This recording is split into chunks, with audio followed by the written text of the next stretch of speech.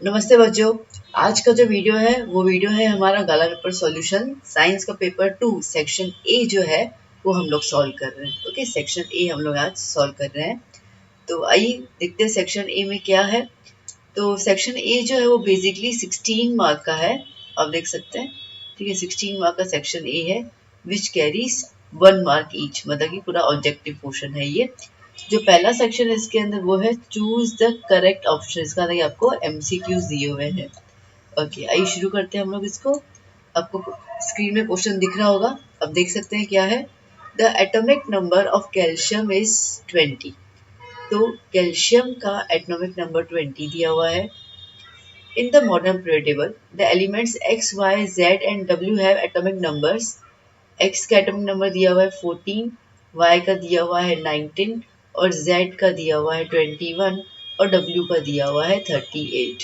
Okay, now which element from these elements possess the same chemical properties as of calcium. तो इन चारों में से कैल्शियम की प्रॉपर्टी जो है उसके सिमिलर प्रॉपर्टी किसकी होगी। तो देखिए बेटा, जब भी आपको ऐसे प्रॉपर्टी सिमिलर निकालनी हो ना तो आपको इलेक्ट्रॉनिक कॉन्फ़िगरेशन करना होता है। आपको याद होगा इलेक्ट्रॉनिक कॉन्फ़िगरेशन क्या होता है ना, 2 8 8 18 18, याद है ना। ठीक है, क्या होता है 2 8 8 18 18 32, मतलब कि इस तरीके से अपन को इलेक्ट्रॉन्स को डिवाइड करना होता है। तो जैसे हमें कैल्शियम है 20, तो पहले कितने निकालेंगे 2, फिर कितना जाएगा 8।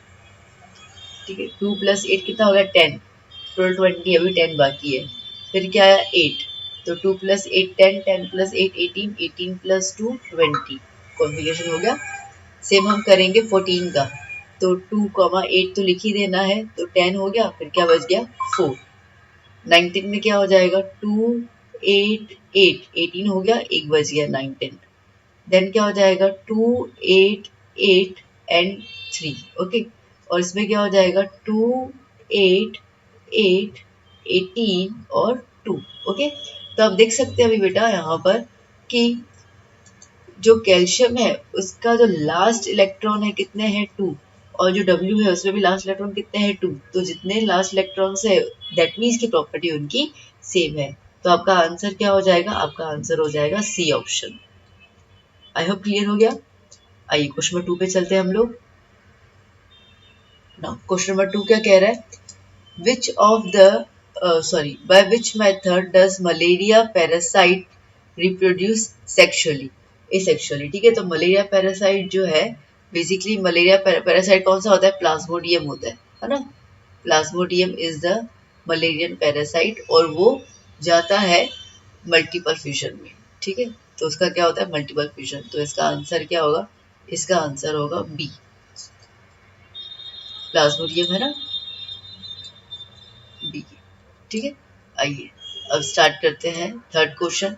विच scientist was the first to conduct systematic experiments for the study of heredity. अभी तो बहुत सिंपल है। ठीक है, हेरिडिटी के एक्सपेरिमेंट कंडक्ट करने वाले कौन थे, मेंडल। ठीक है, कौन थे, मेंडल, जिन्होंने कौन सा एक्सपेरिमेंट किया है यहाँ पर, किस प्लांट पे किया है। ठीक है, पाइसम सेटिवम, मतलब कि पी प्लांट। ठीक है, किस पे किया है,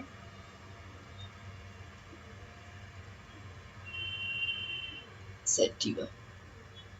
okay, that is the pea plant. पैसम की शायद स्पेलिंग रॉन्ग हो सकती है, I doubt. Well, next question बात करते हैं। What is the time difference between actual sunset and apparent sunset. ठीक है, जो हमें सनसेट दिखता है वो और जो एक्चुअल में सनसेट होता है, ठीक है, उनमें कितना डिफरेंस होता है, उनमें डिफरेंस होता है सिर्फ 2 मिनट का। ठीक है, तो option C 2 minutes. Now next fifth question.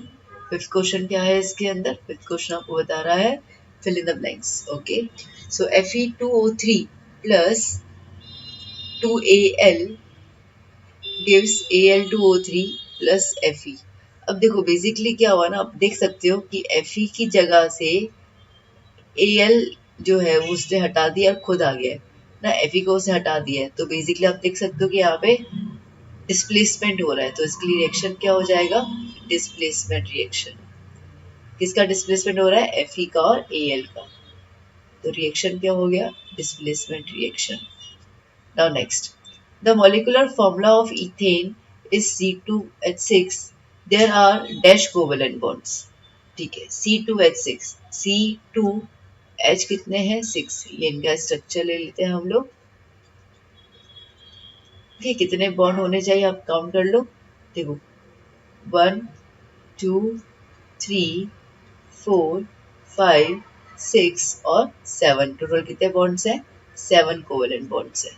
ठीक है, okay. Now dash gland is found in the head. ठीक है, हेड में कौन सा ग्लैंड पाया जाता है, तो सिंपल है, हेड में मतलब ब्रेन, ब्रेन मतलब कि pituitary.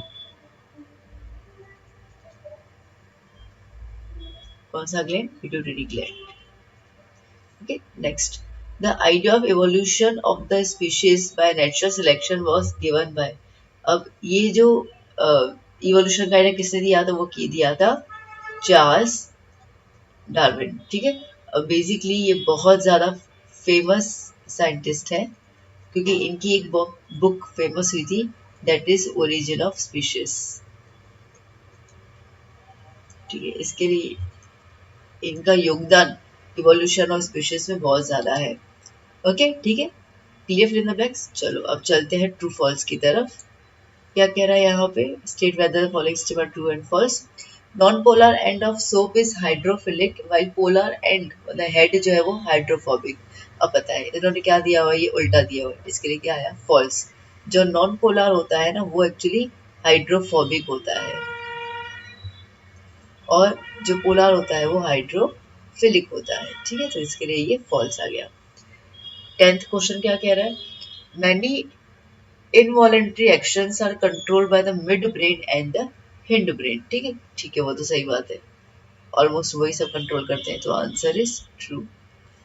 Now laws of reflection applicable to irregular reflection. जी हाँ, बिल्कुल। ठीक है, लॉज ऑफ रिफ्लेक्शन रेगुलर और इरेगुलर दोनों पे इफेक्टिव है, मतलब एप्लीकेबल है। Ozone is absorbed by UV radiations. देखो ये उल्टा दिया हुआ है, बहुत सारे बच्चे ना यहाँ पे ट्रू लिख के आ जाएंगे क्योंकि ओजोन दिखा और यूवी दिखा, बट बेसिकली क्या बोल रहा है, ozone is absorb by UV radiations. ना ना, यूवी रेडिएशन एब्जॉर्ब बाय क्या होता है, UV radiation is absorbed bye ozone, ऐसा होता है ना, इन्होंने उल्टा दिया है। ठीक है, तो इसके लिए थोड़ा सा स्टेटमेंट को समझना।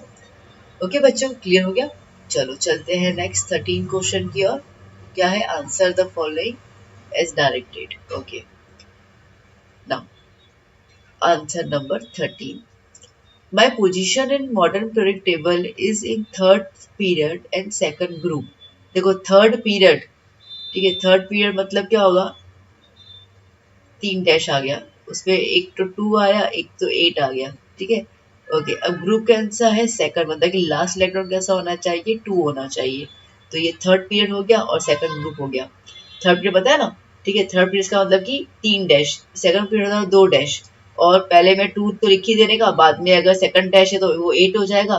थर्ड डैश जो होता है वो डिपेंड करता है कौन सा ग्रुप दिया हुआ है, तो अपन को सेकंड ग्रुप दिया हुआ है इसलिए 2 लिख दिया, थर्ड ग्रुप दिया होता है तो 3 13 ग्रुप दिया होता तो 3 लिख देती। ठीक है, सो विच एलिमेंट एम आई, अब इसको प्लस करो तो 2 प्लस 8 10, 10 प्लस 2 12, 12 एटॉमिक नंबर किसका होता है, मैग्नीशियम का होता है। तो कौन सा एलिमेंट हुआ ये, magnesium. Okay, now 14, state two energy sources where they are not related with the solar energy। अब सोलर एनर्जी के साथ कनेक्टेड नहीं है, वो आपको लेने हैं। ठीक है, तो उसमें हम लोग एक ले लेते हैं जियोथर्मल एनर्जी, अर्थ के हिसाब से रहेगी। ठीक है, और दूसरी हम लोग एग्जांपल में लिख लेते हैं न्यूक्लियर एनर्जी, न्यूक्लियर वो एटम्स के बेस पे रहती है। ठीक है, तो ये एनर्जी जो सन से इनका कोई लेना था नहीं है। Now 15, in honour of which scientist is SI unit of electric potential named. ठीक है, किसके नाम पे, तो वो हो जाएगा एलेजेंड्रो, एलेजेंड्रो वोल्टा। ओके,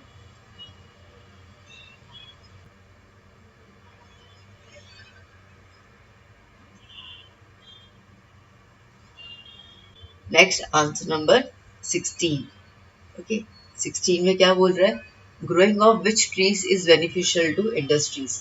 अब देखो इसके अंदर एक तो रहता है, मैं इसका आंसर यहाँ पे लिख देती हूँ, एक तो इसके अंदर रहता है बनियान ट्री,